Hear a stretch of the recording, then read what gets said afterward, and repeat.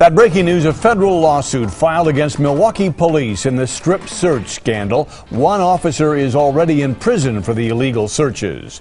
And now the attorneys for the victims are saying it's time that somebody holds the city and the police department accountable for what happened. The I-Team's Jermont Terry broke this story back in 2012. He's live with new details. Jermont. Carol, the MPD strip search scandal rocked the city and the police department. It forced MPD to restructure District 5, where many of those illegal body cavities strip searches took place. Now this 55-page lawsuit alleges Chief Flynn and his high-ranking officers are just as responsible as the 4 officers convicted. These were not rogue officers. Who is afraid to come forward? Would not have done this and been able to do this if it was not allowed to happen.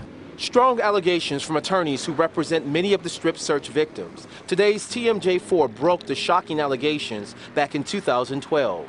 Former officers Michael Vagnini, Jacob Knight, Jeffrey Dahlhoff, and Brian Kozelik were arrested for doing illegal strip searches during traffic stops and even inside District 5. We tracked down the many victims, all black men who told graphic details of how they were violated by white officers.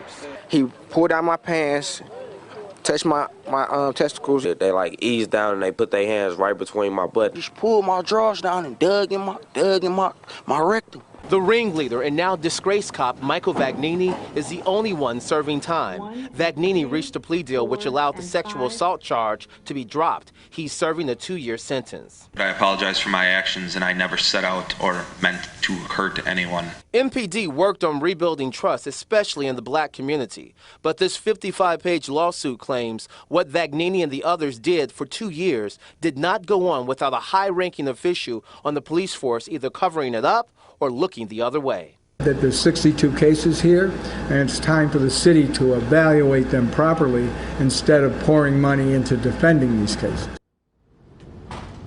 Now, in this lawsuit, the attorney for the victims interviewed Police Chief Flynn, the Assistant Police Chief, and Michael Vagnini. They argue it shows that these illegal strip searches started in 2007, and despite complaints from many of the people, the department dismissed many of those claims. It wasn't until 5 years later, in 2012, when one lieutenant finally listened to a victim. Now, we have reached out to MPD to get their take on this 55-page lawsuit filed late this afternoon. We haven't heard back. I'm going to continue to look through this lawsuit and have another update beginning on Live at 10. For now, reporting live with breaking news in Milwaukee, Jermont Terry, today's TMJ4. All right, thank you, Jermont.